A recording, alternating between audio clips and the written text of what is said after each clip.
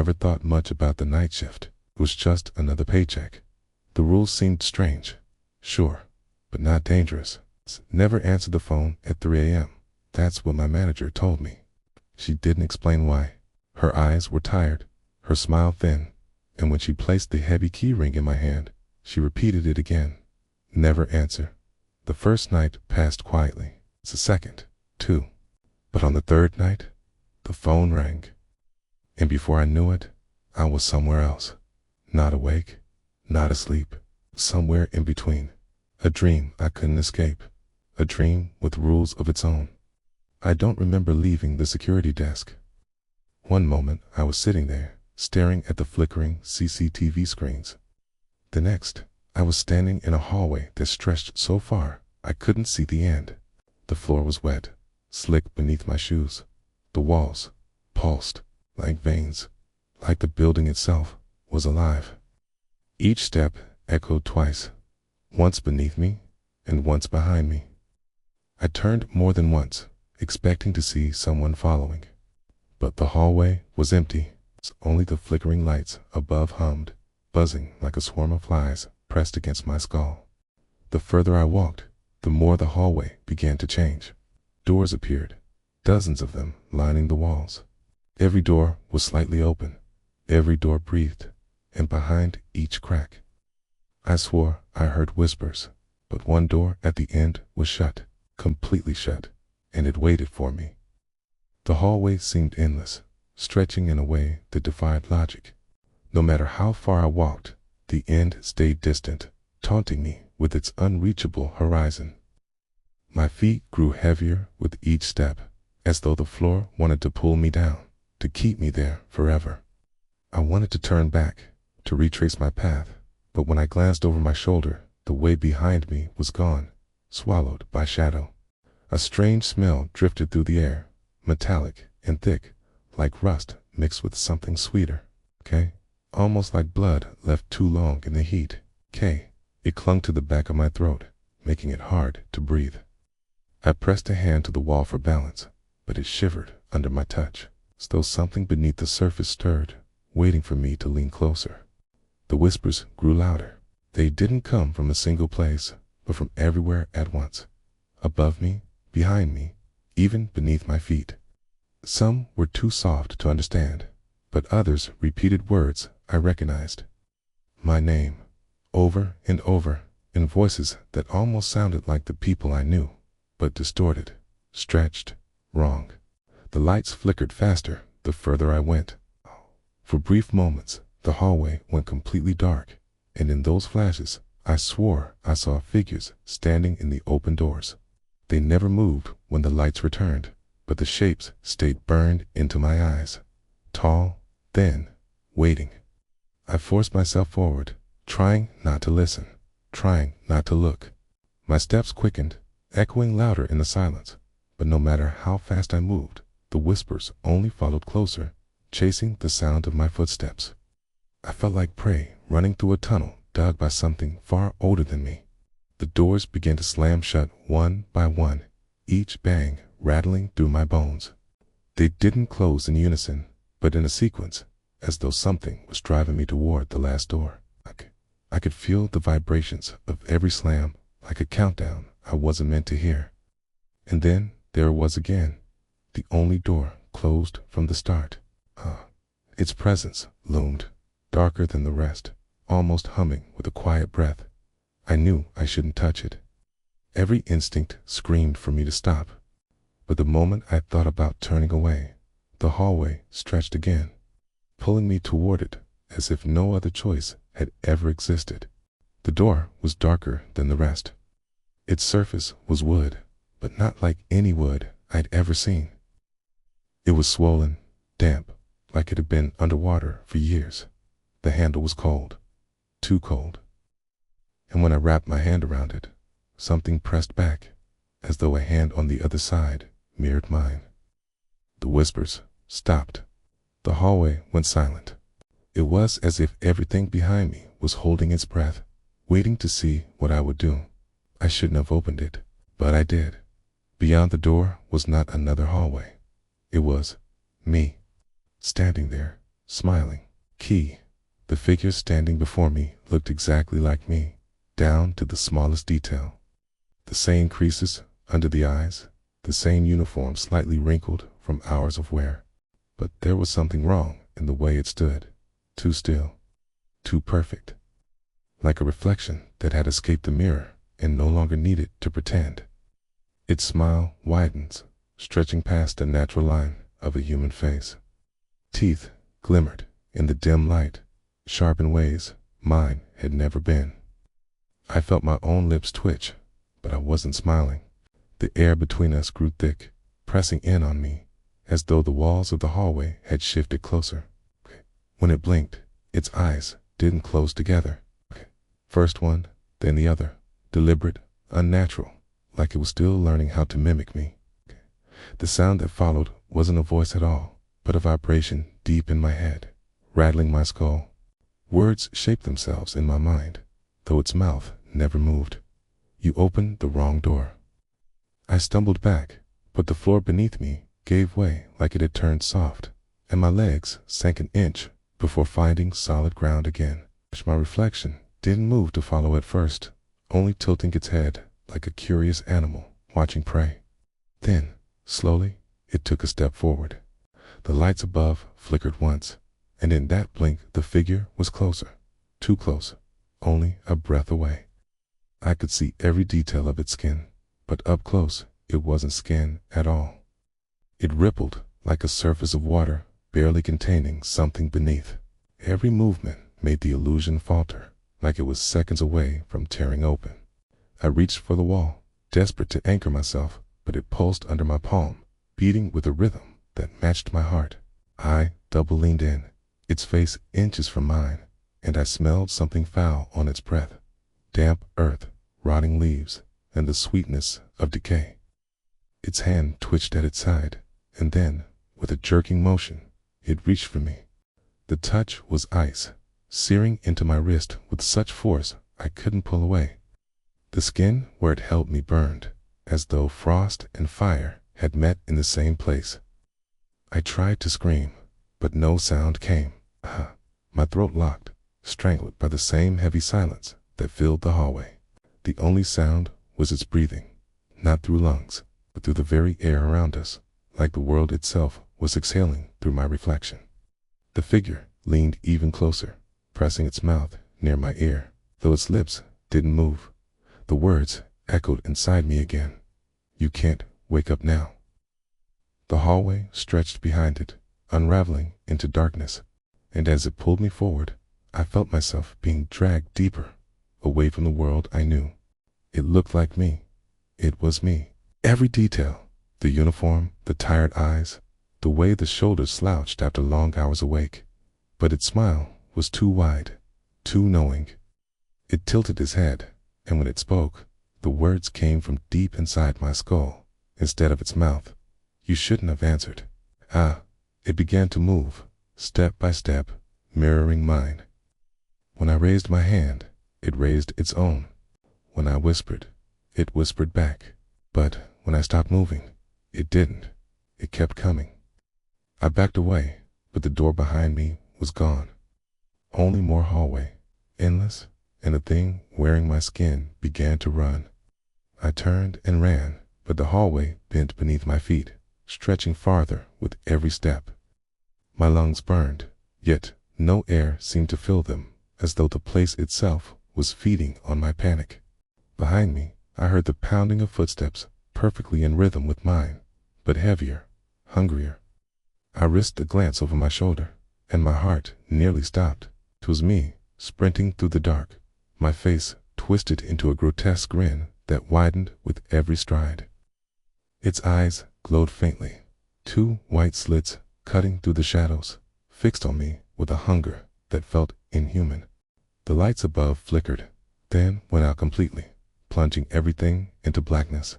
I could still hear the footsteps, closer now, echoing with a force that rattled the walls. When the bulbs flared back to life, the figure wasn't at the end of the hallway anymore. It was halfway between us. My legs felt like lead, but I forced them to move, stumbling forward, clawing at the walls for balance. The hallway shifted with me, the ground tilting at odd angles, throwing me against the doors that lined the corridor. Each one rattled as I hit it, as though something on the other side was waiting for me to open them. The whispers returned, louder now, layered over each other in 1,000 voices. They weren't just calling my name anymore. They were laughing, mocking me, repeating words I didn't want to understand. Words that belonged to my own voice, but spoken in ways I had never spoken them. I tried one of the doors, desperate for escape, but the handle burned like fire beneath my palm. The wood pulsed under my grip, veins spreading across its surface like it was alive, rejecting me. I let go with a cry, stumbling backward, and the footsteps behind me thundered even closer. I could feel it reaching for me, the air itself pressing against my back, as though a hand hovered just inches away. I turned another corner in the hallway, though I didn't remember seeing a corner before. The corridor curved sharply, pulling me into a space I hadn't noticed. For a brief moment, I thought I'd lost it. The echo of my double's footsteps faded, swallowed by the twisting of the hallway. My chest heaved as I pressed my back against the wall, praying the darkness would hide me. But the silence that followed wasn't relief. It was worse. In the distance, I heard something dragging, slow scrape, like nails pulling across the floor, echoing through the hall. It wasn't running anymore. It didn't have to. It knew I was trapped, and it was taking its time. The walls around me began to breathe in and out, expanding with each drag of sound. I covered my ears, but it didn't matter. The noise wasn't just around me anymore. It was inside my head, crawling under my skin, whispering in a voice that was mine and not mine. The only thing I could do was move forward again, deeper into the nightmare. With the knowledge that the thing chasing me would never stop, I stumbled backward into a room that hadn't been there before. It was a house, ordinary, almost comforting. Pictures on the wall, the faint smell of cooking. A living room that looked lived in, but every time I blinked, the house changed. Furniture shifted, walls bent at impossible angles. Chairs grew taller, stretching toward the ceiling. Photographs twisted, faces melting until they became blank. The TV in the corner turned on by itself. Static hissed. Then, my voice, desperate, screaming. The windows showed nothing but darkness. Not night. Nothing. And when I tried to leave through the front door, the hallway was waiting again. The carpet under my feet felt soft at first, almost too soft, as if it were padded with something other than fabric. My shoes sank an inch deeper than they should, and when I lifted my foot, the floor seemed to cling before letting go. I told myself it was just an old rug, worn and uneven, but in the pit of my stomach, I knew it was something alive. The smell of cooking grew stronger, but it wasn't warm or pleasant anymore. It had turned sour, like meat left out too long, like something forgotten in the back of a freezer that had finally begun to thaw. It crawled into my lungs and coated the back of my throat, making me gag. I tried to focus on the pictures lining the hallway of the house. They should have been comforting family portraits, smiling faces, happy memories. But as my eyes lingered, the images rippled, the smiles stretching into sneers, the eyes blackening until they were nothing but pits. When I blinked, the faces disappeared altogether, leaving only pale outlines of heads staring blankly at me. A lamp in the corner flickered on, though I hadn't touched it. Its light didn't spread like normal light. It stayed in one sharp circle on the floor, leaving the rest of the room in heavy shadow. I forced myself to step into that circle, as though the glow might protect me, but the air within it felt thicker, pressing down on my shoulders until I thought my knees would give out. The chairs around the dining table groaned suddenly, their wooden legs scraping against the floor. I froze. None of them toppled, none of them fell over, but they twisted all at once to face me. Their high backs seemed taller than before, narrowing at the top like skeletal spines. I tried to look away, but I felt their empty gazes pressing on me, as though daring me to sit. The kitchen door swung open with a creak, though no one was there to move it. A faint dripping echoed from beyond, steady and rhythmic. I forced one step toward it, then another, peering inside. The counters were lined with dishes, stacked neatly. But every plate and bowl was filled with dark water, rippling as though something beneath it moved. I stumbled back, bumping into the wall. The wallpaper peeled where I touched it, curling away like skin flayed by heat. Beneath it wasn't wood or plastered, was wet, pulsing flesh, slick with veins that throbbed faintly under the dim light. My stomach lurched, and I pulled away, wiping my hand against my shirt, but the dampness clung. The television in the corner screeched louder, its static swelling until it filled the room with a storm of white noise. Through the shifting black and white haze, shapes began to emerge. At first, I thought they were shadows. But then I recognized my own face, dozens of them, stacked behind the screen, each one screaming silently, with mouths open too wide to be human. My voice joined theirs, not willingly. I felt the sound tear from my throat, dragged from me as though the TV itself had reached out and pulled the noise free. My scream crackled from the speakers, distorted and stretched, going back at me until I could no longer tell if the voice was mine or something else wearing my tone. I ran to the window, desperate for escape, but outside there was no yard, no street, no sky, just endless black, a void that seemed to pulse like a heartbeat. I pressed my forehead against the glass, hoping for something, anything familiar, but the cold that seeped through was wrong. It didn't numb it, burned, sharp and electric, racing up my veins. Behind me, the house groaned.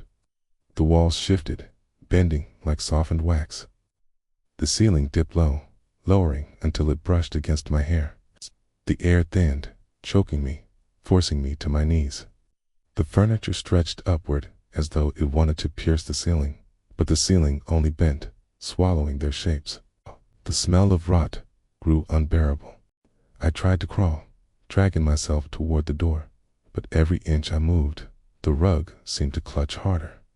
Threads wrapped like tiny fingers around my wrists and ankles. My breathing came in short bursts, every gasp trembling with panic. The photographs on the walls began to fall, one by one, but they didn't shatter. They landed face up, and each frame now held a reflection of me, not as I was, but as I would be, twisted, bloodless, with hollow eyes that stared into me with a hunger I couldn't bear.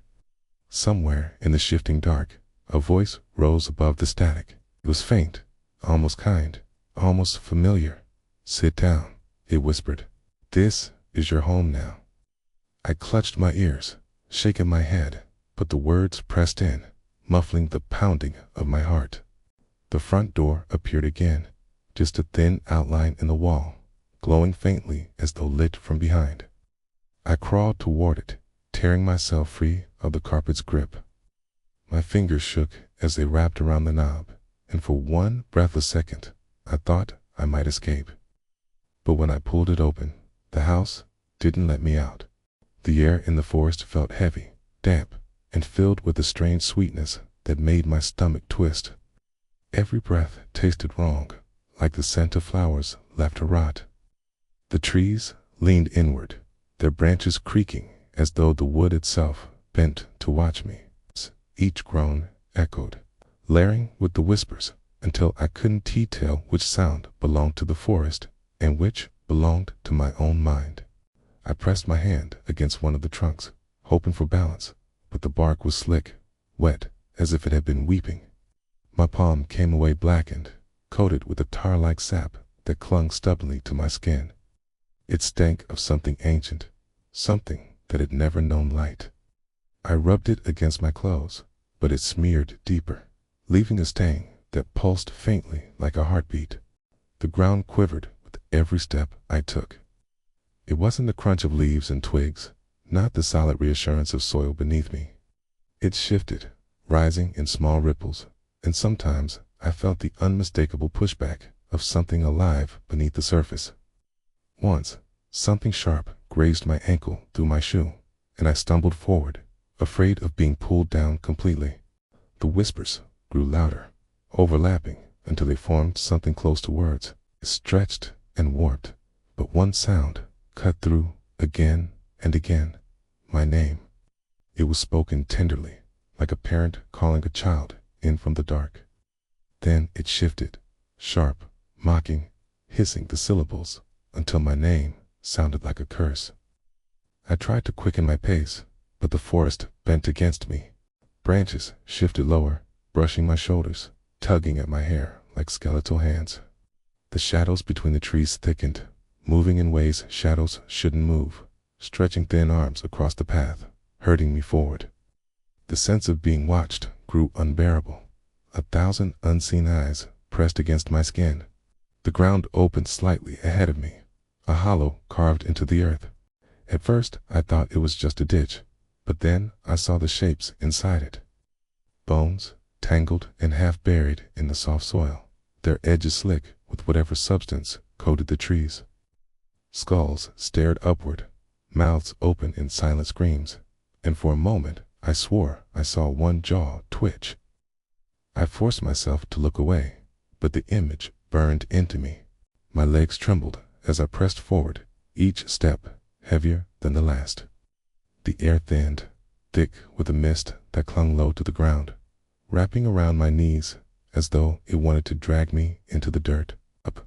The whispers softened into a hum, almost melodic, lulling, tempting me to stop walking and let the fog take me.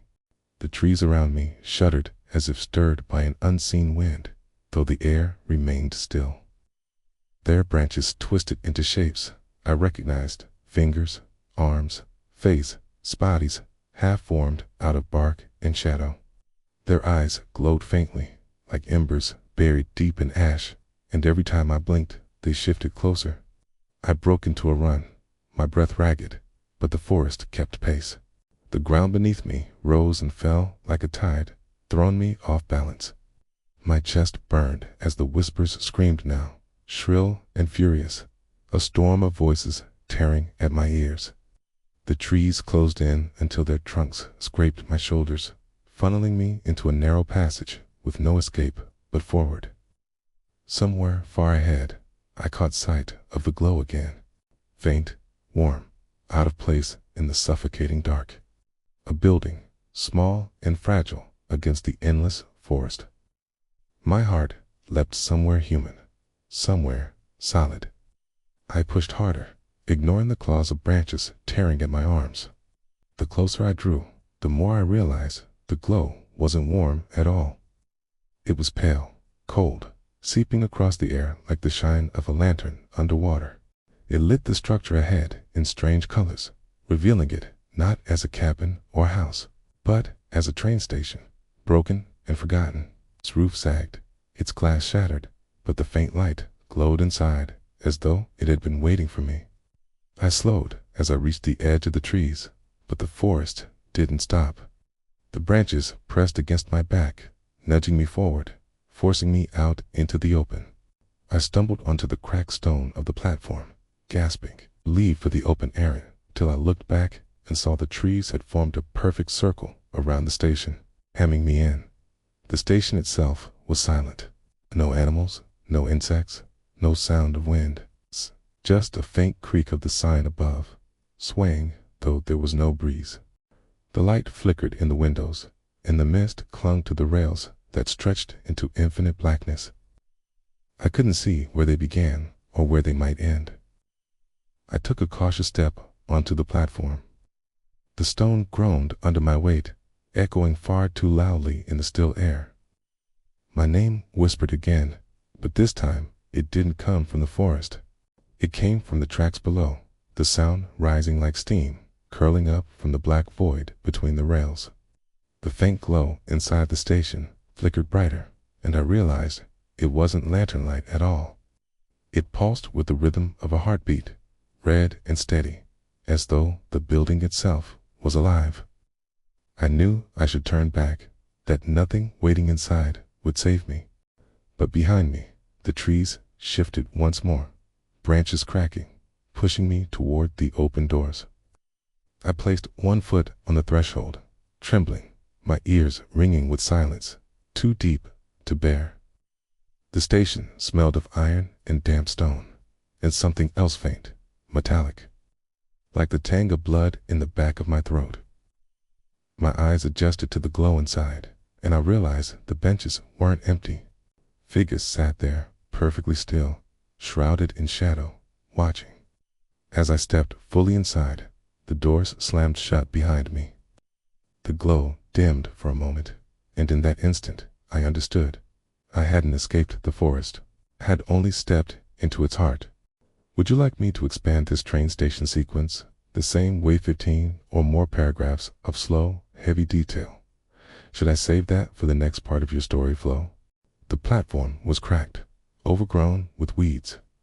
The tracks stretched into darkness in both directions. No train had stopped here in decades, but there was a sound. Far off, the rattle of wheels, the screech of metal. A train approached, slowly and possibly. Its windows glowed faintly, but the light inside revealed nothing, just shadows pressed against the glass, watching me. The doors opened, but no conductor, no passengers, just an empty train, waiting, and a phone on the wall, an old rotary phone. It began to ring. The clock above the station flickered to life. 3 a.m. exactly. The sound of the ringing phone cut through the silence like a blade, sharp and demanding. It didn't echo in the way sound should in such an empty space, pressed directly into my skull, vibrating in my teeth, in my bones. I stared at the phone, that impossible relic fixed to the wall of the train, its cord swaying gently as though something had just set it down after a call. My breath quickened. I told myself not to touch it, not to even think of answering, but the ringing burrowed deeper the longer it went on. Every chime matched the pounding of my heart, perfectly synchronized, until I couldn't tell which was louder, the bell or my pulse. I stepped cautiously toward the train, the platform groaning beneath my feet. The weeds parted as though they knew where I was going, guiding me toward the open door. The shadows pressed against the windows shifted slightly, their shapes distorting as if leaning closer to watch me. They didn't move like people, rippled, fluid, bending in ways bodies should never bend. The doors hissed when I reached them, a sound like a long, tired exhale. The air that poured from the train was damp and cold, filled with the scent of rusted metal and mildew. It wrapped around me, heavy and wet, and though every part of me screamed to stay away, my legs carried me across the threshold. Inside, the silence was thicker.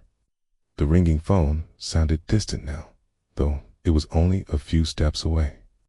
My footsteps echoed through the car, but the echoes didn't return the way they should. They came back delayed, distorted, as though someone or something was walking just behind me, mimicking every move. I glanced at the benches along the walls. They were empty, yet not empty. The cushions sagged, indented, as though someone invisible sat there still. The shadows from the windows bled into the fabric, staining them darker with each flicker of the lights overhead. The phone kept ringing. Its shrill voice filled every corner of the car, the sound rising and falling like a chant. I reached out a hand toward it, trembling, and froze. The rotary dial spun on its own, each number clicking into place slowly, deliberately, as if someone on the other side was dialing me. The lights above buzzed violently, and the train jolted beneath my feet. I nearly fell, grabbing a pole for balance, and when I looked back toward the windows, the shadows were gone. The glass now reflected only my own face, but it wasn't right. My reflection's lips moved, whispering words I couldn't hear, its eyes fixed on me with a hunger I couldn't bear. The phone stopped ringing. The silence that followed was worse, crushing, absolute. I thought it was over, that maybe the train would let me step back onto the platform, but then the handset clicked up, slow and deliberate, as if lifted by an unseen hand. The empty receiver hung in the air, waiting. I backed away, but the door behind me slammed shut, locking me inside. My reflection in the glass didn't copy the movement. It stayed seated, lips still moving, and slowly, its hand lifted a phone of its own, pressing it against its ear. My breath caught as the phone in the car crackled to life, carrying the sound of my own voice. "Hello?" it whispered. My voice, but thinner, weaker, as though drained of everything that made it mine. The lights flickered again, and for a heartbeat, the benches weren't empty anymore. Figures sat there, rows of them, their faces blank, their bodies swaying gently with the rhythm of the train. The moment the light steadied, they were gone again, leaving only the ends in the seats. The receiver swung slowly on its cord, creaking as it twisted back and forth. Every movement scraped the silence raw, like a pendulum counting down. I tried to look away, but my eyes locked on it, unable to move. My ears rang with a faint static, leaking from the speaker. And beneath it, something else, a voice murmuring words I couldn't yet make out. I stepped closer without meaning to. My body dragged forward as though the air itself had wrapped chains around my limbs. The phone's static grew louder, filling my head with a low hum. The closer I came, the clearer the words became. They weren't commands, not yet, but they were promises, whispered in the cadence of prayer. The moment I was close enough to reach for the receiver, the lights died completely. The train plunged into darkness, and the hum of static became a chorus of whispers, all of them my voice, all of them speaking at once. My hand brushed against the cold plastic, and I realized Teletai was going to answer. The train carried me nowhere, or everywhere. I don't know how long I rode. But when the doors opened again, I was back in the building, back where my shift had started, only wrong. The walls were rotting, the lights were dim, and a stairwell yawned open before me, leading down the basement. I knew I shouldn't go down there, but my legs moved anyway. The air grew colder, damp. My breath came in clouds, and at the bottom, I saw it. A figure, tall, faceless, its head tilted, listening to something I couldn't hear. In its hand was a phone. It held it out toward me, and though it had no mouth, I heard it whisper, "Answer." The stairwell groaned as I stepped down, each creak of the steps stretching too long, like the wood itself didn't want to hold my weight. The walls on either side were damp, streaked with dark trails that dripped steadily onto the concrete floor below. The smell was unbearable: mildew, rot, and something sharper, metallic, like the tink of iron filling my nose with every breath. The deeper I went, the more the light from above seemed to collapse in on itself, shrinking until it was nothing more than a dim haze far behind me. Ahead, the basement pulsed with a faint glow, not warm or inviting, but sickly, like the light of something buried underground for too long. It felt less like illumination and more like the air itself was bleeding pale. My hands shook as I reached the bottom step. The figure was waiting there, its body impossibly tall, its head brushing the pipes above. Its skin wasn't skin at all, but a smooth, blank surface, the shape of a man without any of the details that made one human. Yet, even without a face, I felt its attention pierce into me, sharp and unyielding. The phone in its hand dangled, the receiver swaying slightly, as if someone had just let it go. Every time it swung, the air bent with it, the faint sound of static rising and falling. My chest tightened as I realized the sound wasn't only static, it was voices, faint and broken, speaking fragments of sentences I almost recognized. I wanted to run. Every part of me screamed to turn back up the stairs, to flee, to never look at the thing again. But my legs refused. My body felt anchored in place, my feet rooted to the damp floor, as if the basement itself had claimed me. My heart pounded harder, not in my chest, but in my ears, drowning out everything but that faint static hum. The figure tilted its head slowly, like it was studying me, listening to something just beyond the edges of sound. Its blankness was worse than a face could ever be. No expression, no emotion, yet I knew it was waiting. Expectant, patient. The phone cord wound down its arm like a vein, disappearing into the darkness behind it. My name drifted from the receiver, warped and twisted, stretched out into a shape that barely sounded human. I flinched, but the voice repeated, louder this time, layered with more voices, each one a different version of me.